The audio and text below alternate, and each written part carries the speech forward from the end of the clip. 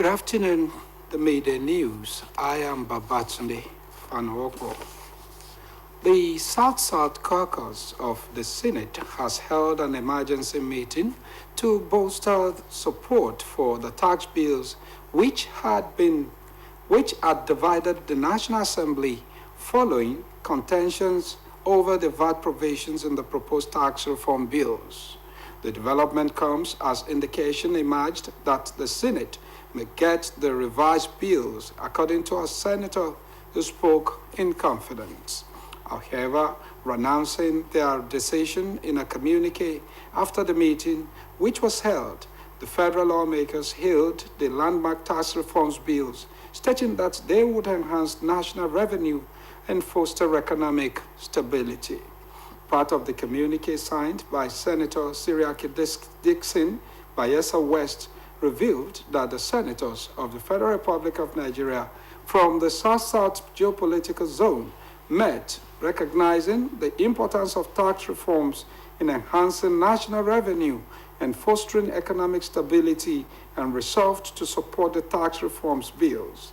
The support is anchored on a comprehensive study and thorough evaluation of the content of the bills to ensure they align with the overall interest of Nigerians, particularly with the well-being of the South-South region.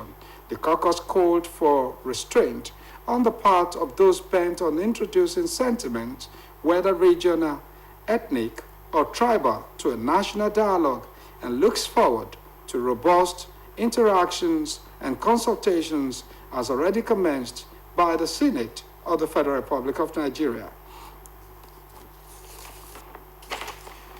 The Senate has slammed the generating companies, the transmission company of Nigeria, and the distribution companies over power outages, saying they add no value. It came close to admitting that the privatization of the power sector is a total failure, threatening to initiate legislative measures, including new laws to repeal the policy. The Senate President, Godswill Akpabio, led his colleagues in bashing the key operators in the power chain, from the generating companies, the transmission company of Nigeria, to the distribution companies. The lawmakers said the operators had forced Nigerians more into darkness since 2013, when the policy took off, leaving the citizenry helpless. The Senate further stated that the people who took over power sector are just making money from those transformers, and they are not adding value at all.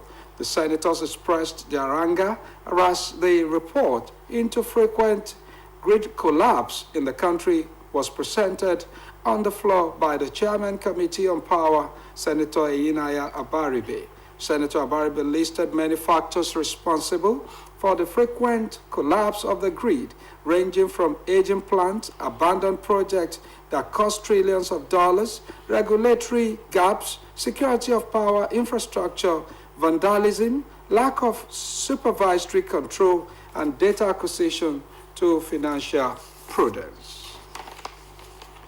Governor Adeleke's administration has been described as heartwarming over the revitalization and resuscitation of 322 primary healthcare centers across Osun State. The committee chairman, Osun State House of Assembly on Finance and Appropriation, Honorable Olumide Fatumishi, stated this at the ongoing 2025 budget defense exercise.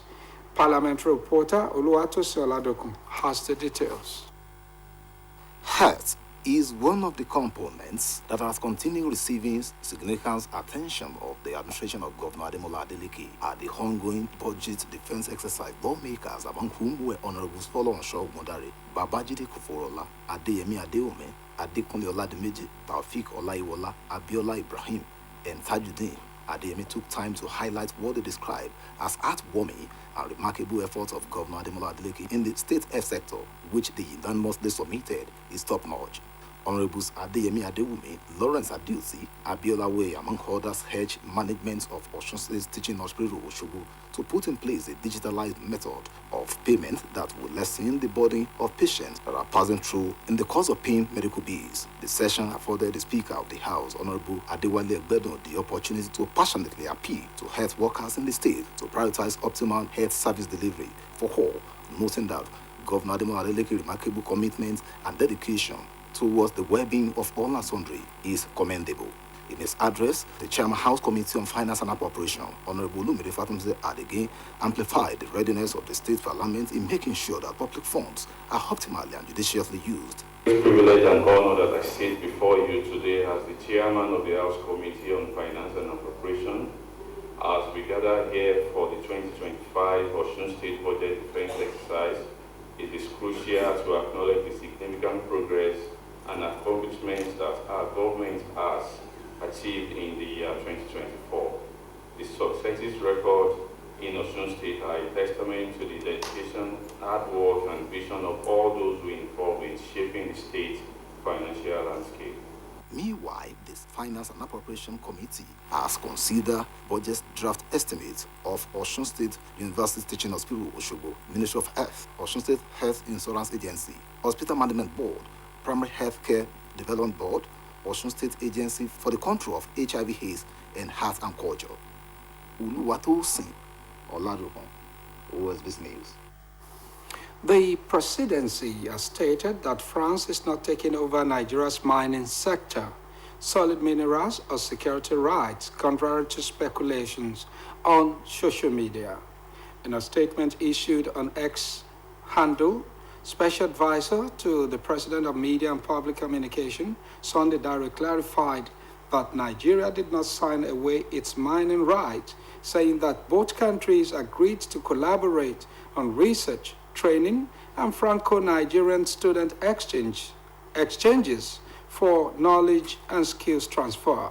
The former Minister of Sport and Youth Development added that Nigeria would comply with international global standards upon which MOUs are based.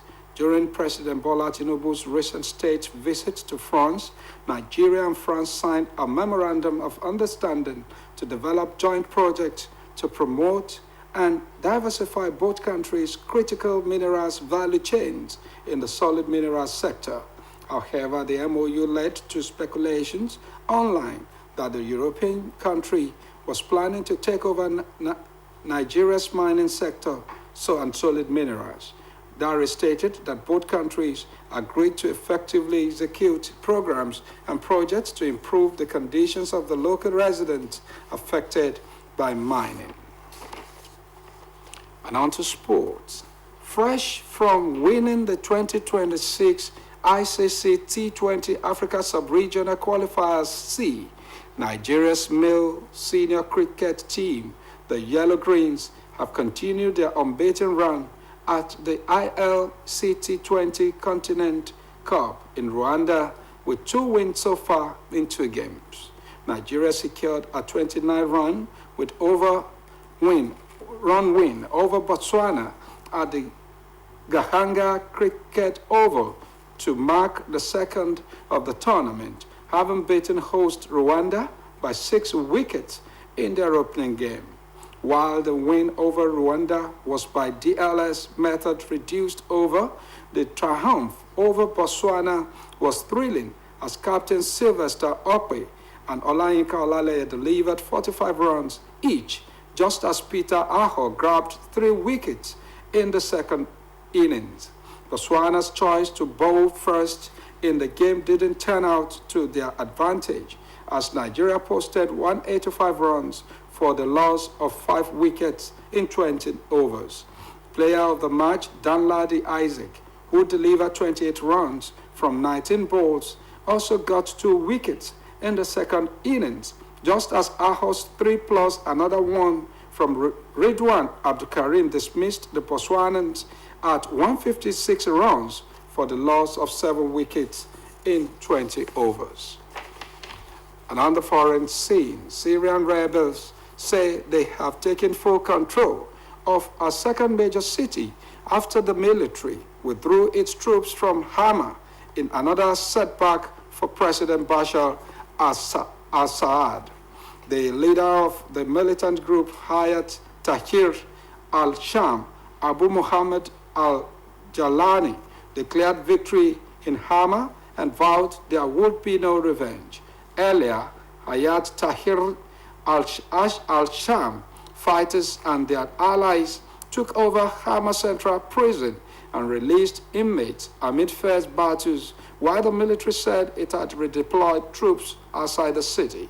Hama is home to 1 million people and is 110 kilometers, 70 miles south of Aleppo, which the rebels captured last week after launching a surprise offensive from their stronghold in the northwest. The rebel commander told residents of Homs, which is the next city south of the highway from Aleppo to Damascus, that the time has come.